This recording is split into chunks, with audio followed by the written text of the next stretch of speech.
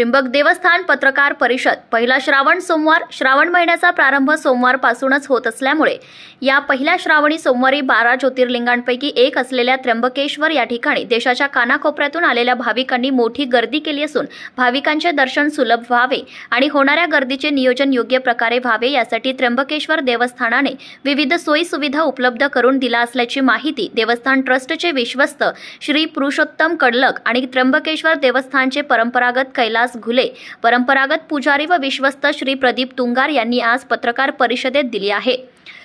भाविकांसाठी उपलब्ध करून दिलेल्या विविध सुविधांबाबत पत्रकार परिषदेत माहिती देताना म्हणाले की दिवसभरात सुमारे 15 तास मंदिर उघडे असते। मंदिरामध्ये गर्भगृहात शिवपिंडी काहीशी खाली असल्यामुळे जोपर्यंत भाविक गर्भगृहाच्या समोर येत नाही तोपर्यंत देवाचे दर्शन होऊ शकत नाही। मंदिरामध्ये मर्यादित जागा असल्यामुळे आणि भाविकांची गर्दी जास्त असल्यामुळे सध्याच्या स्थितीमध्ये एका भाविकाला सुमारे 3 ते 4 सेकंद पर्यंत प्रत्यक्ष दर्शन होऊ शकते, तरच रांगेत पाठीमागून येणाऱ्या भाविकांचे दर्शन सुलभ होऊ शकते। त्यासाठी मंदिरातील स्वयंसेवक नियोजन करीत असतात।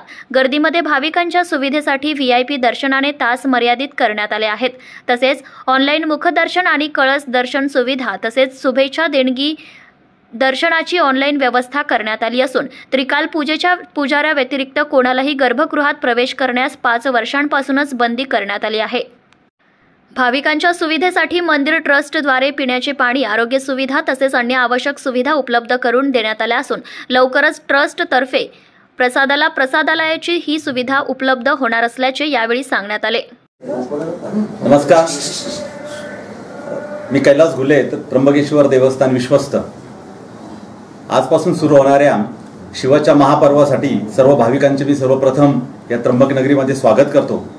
सालाबादप्रमाणे याही वर्षी श्रावण महिन्याचा जो उत्सव आहे तो त्र्यंबकेश्वर देवस्थानच्या तर्फे अतिशय चांगला आणि सुलभ आणि सरळ दर्शनाने पार पाडण्यासाठी त्र्यंबकेश्वर देवस्थानचे सर्व विश्वस्त मंडळ, आमच्या देवस्थान न्यासाचे अध्यक्ष माननीय जिल्हा न्यायाधीश जीवने साहेब यांच्या अध्यक्षतेखाली आम्ही सर्वजण प्रयास करत आहोत। यामध्ये मुख्यतः यावर्षी केलेले जर बदल आपण जर लक्षात घेतले तर त्र्यंबकेश्वरमध्ये जे काही पास जी आहे त्यांची संख्या आम्ही जी आहे ती ऑनलाईन केलेली आहे आणि हायब्रिड स्वरूपाची पण आहे की इथे सुद्धा तुम्हाला पास मिळतील।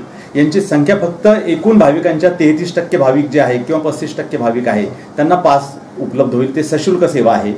दुसरी गोष्ट, राजशिष्टाचाराने येणारे जे काही पाहुणे मंडळी असतील किंवा जे काही डिग्निटीज असतील काही किंवा गेस्ट ऑफ स्टेट असतील याच्यासाठी सकाळी 7 ते 10:30 आणि सायंकाळी 6 ते 7 हा वेळ निश्चित करण्यात आलेला आहे। आणि खातेनिहाय प्रत्येक जे खाते आहेत त्यांच्या डिग्निटीजसाठी ही संख्या फक्त 20 एवढीच ठेवलेली आहे। मात्र त्याच्यासाठी त्यांना जिल्हाधिकारी किंवा पोलीस प्रशासन यांच्याकडचा पास त्यांच्याजवळ असणं अतिशय गरजेचं आहे।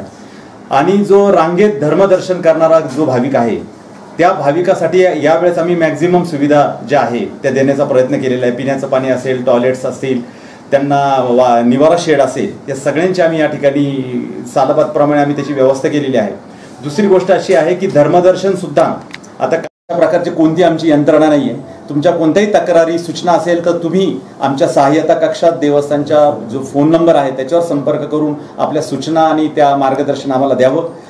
महत्त्वाची गोष्ट, गावकऱ्यांसाठी आजचा आमचा पहिला दिवस होता। आम्ही गावकरी दरवाजा, आमच्याकडे जो पश्चिम दरवाजा आहे त्याच्यासाठी सुद्धा आम्हाला आज गावातून बऱ्याच भगिनी वर्गांनी ही विनंती केली आहे की कारण की protocol. Subscribe now and press the bell icon. Never miss an update.